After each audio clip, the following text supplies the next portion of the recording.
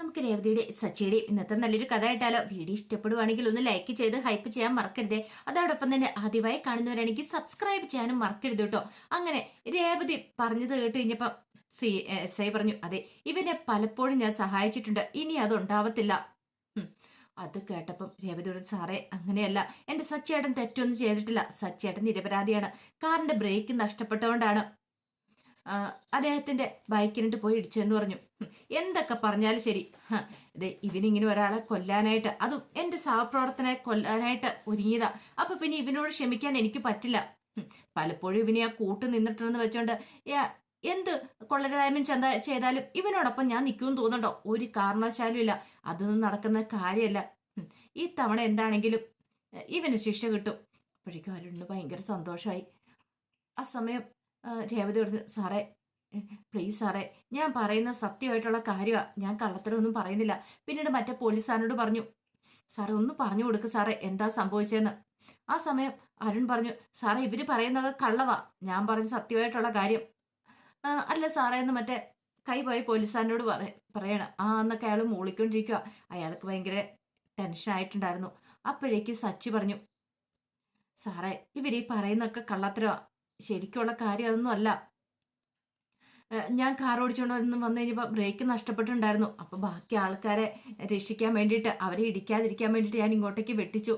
അങ്ങനെ ആ ബൈക്കേൽ ഇടിപ്പിച്ച് നിർത്തുക ഞാൻ ചെയ്തേ. കാറിന് ബ്രേക്ക് ഉണ്ടായിരുന്നില്ല.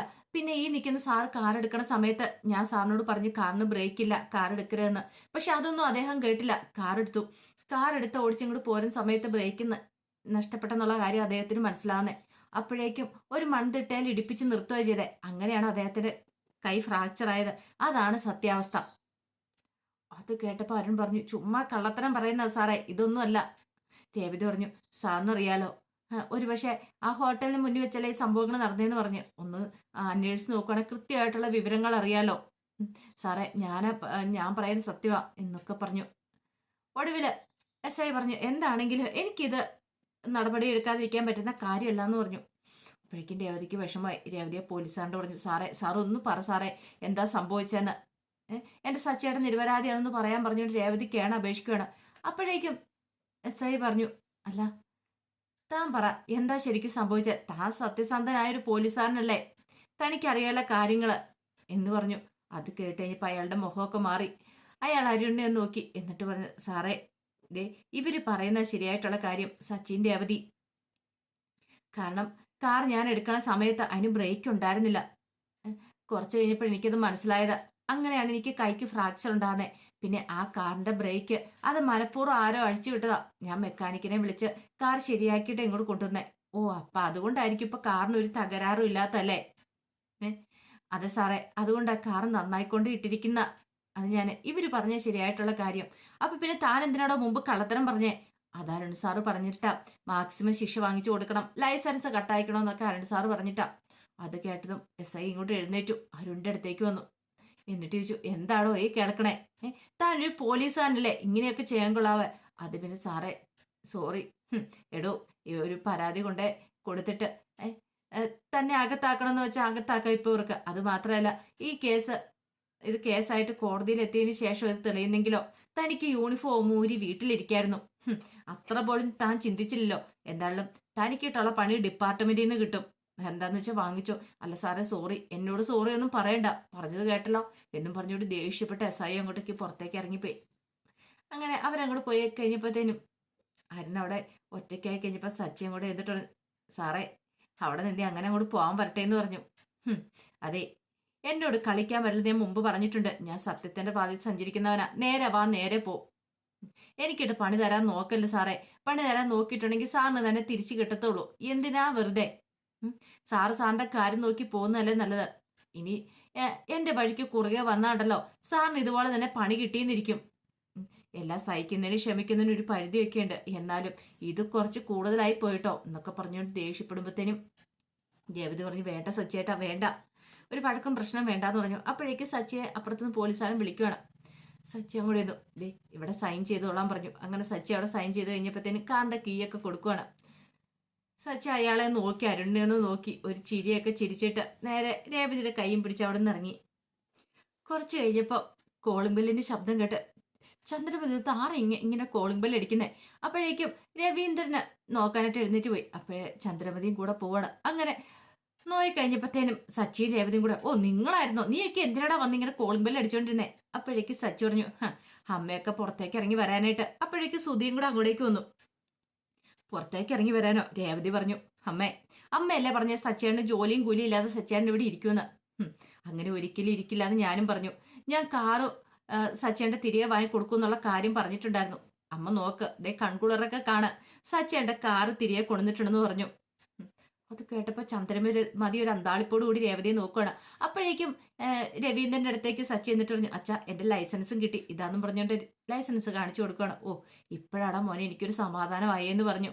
അങ്ങനെ അവരകത്തേക്ക് കയറി കഴിഞ്ഞപ്പോഴത്തേനും സച്ചി പറഞ്ഞു, അച്ഛാ ആ കാറിന് ബ്രേക്ക് ഇല്ല എന്നുള്ള കാര്യം ഞാൻ ആ കാർ എടുത്ത പോലീസുകാരനോട് പറഞ്ഞതാ. പക്ഷേ എങ്കിൽ അയാൾ അത് വിശ്വസിച്ചില്ല. അയാൾ കാർ എടുത്തോണ്ട് പോയി ഒരു മൺതട്ടിയാൽ ഇടിപ്പിച്ച അവസാനം കാർ നിർത്തേണ്ടതെന്ന്. അയാളുടെ കൈക്ക് ഫ്രാക്ചറും കാര്യങ്ങളൊക്കെ ആയിട്ടുണ്ടായിരുന്നു. അയ്യോ എന്നിട്ടോ അയാൾ പറഞ്ഞെന്താണെന്നറിയാവോ? കാറിന്റെ ബ്രേക്ക് ആരോ മനഃപൂർവ്വം അഴിച്ചിട്ടാന്ന്. മനഃപൂർവ്വം? അതാരടാ? അതാരാന്ന് അറിയില്ല അച്ഛാ. പക്ഷേ എങ്കില് ആ കാറിന്റെ ബ്രേക്ക് പിന്നീട് ശരിയാക്കിയതിന് ശേഷം പോലീസുകാരനും വണ്ടിയും കൂടെ വന്നേ. എന്നെ ഇടയ്ക്കിടയ്ക്ക് ചൊറിയുന്നൊരു പോലീസുകാരനില്ലേ അരുൺ എന്ന് പറയുന്നേ, അയാളാണ് കിട്ടിയ അവസരം മുതലാക്കുകയും ചെയ്തു. അയാള് കാർ ഓടിച്ച് പോലീസുകാരനോട് പറഞ്ഞു, ആരോടും ഈ കാര്യം പറയണ്ട, കാറിന് ബ്രേക്ക് ഇല്ലായിരുന്നു, എന്റെ ലൈസൻസ് കട്ടാക്കാനായിട്ടൊരു നല്ല മാർഗമായിട്ട് അയാൾ കണ്ടു. അങ്ങനെയാണ് എസ്ഐയുടെ കാര്യങ്ങളൊക്കെ പറഞ്ഞേ.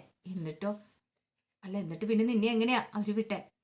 രേവതി വന്നു കഴിഞ്ഞപ്പോ രേവതി ഇത് കേട്ടായിരുന്നു. പിന്നീട് രേവതി SI സാറിനോട് ഈ കാര്യങ്ങളൊക്കെ പറഞ്ഞത്. ആ പോലീസുകാരന്റെ കൈക്ക് ഫ്രാക്ചർ ഉണ്ടായത് എന്റെ കാരണത്താലാന്ന് ഒടുവിൽ ചോദിച്ചു കഴിഞ്ഞപ്പോ അയാൾക്ക് സത്യം പറയേണ്ടി വന്നെന്ന് പറഞ്ഞു. എന്നാലും ഇത് കുറച്ച് കടന്നു കൈയായിപ്പോയി. പോലീസുകാരന്മാരൊക്കെ ഇങ്ങനെ തുടങ്ങി എന്താ ചെയ്യുന്നേ? അല്ലടാ ഞാനൊരു കാര്യം ചോദിക്കുന്നേ, എന്നാലും നിന്റെ കാറിന്റെ ബ്രേക്ക് ആരായിരിക്കും കേടാക്കിയിട്ടുണ്ടായിരിക്കുക? അതെനിക്ക് അറിയില്ല അച്ഛാ, അതാരാന്ന് കണ്ടുപിടിക്കണം. അപ്പോഴേക്കും ചന്ദ്രമതി പറഞ്ഞു, നിനക്ക് ശത്രുക്കൾ കുറെ ഉണ്ടല്ലോ, അപ്പൊ അങ്ങനെ ആരെങ്കിലും ചെയ്തായിരിക്കും, ശത്രുക്കളുടെ എണ്ണം കൂടുതലാണല്ലോ എന്ന് പറഞ്ഞു.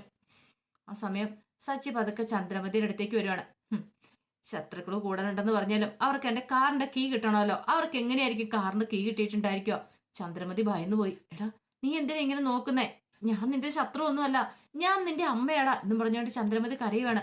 ഞാൻ നിന്നെ കൊല്ലാനായിട്ട് കൂട്ടു നിൽക്കുവോ? ഒരിക്കലും ഇല്ല. എടാ അതിനൊന്നും ഞാൻ കൂട്ടു നിൽക്കില്ല.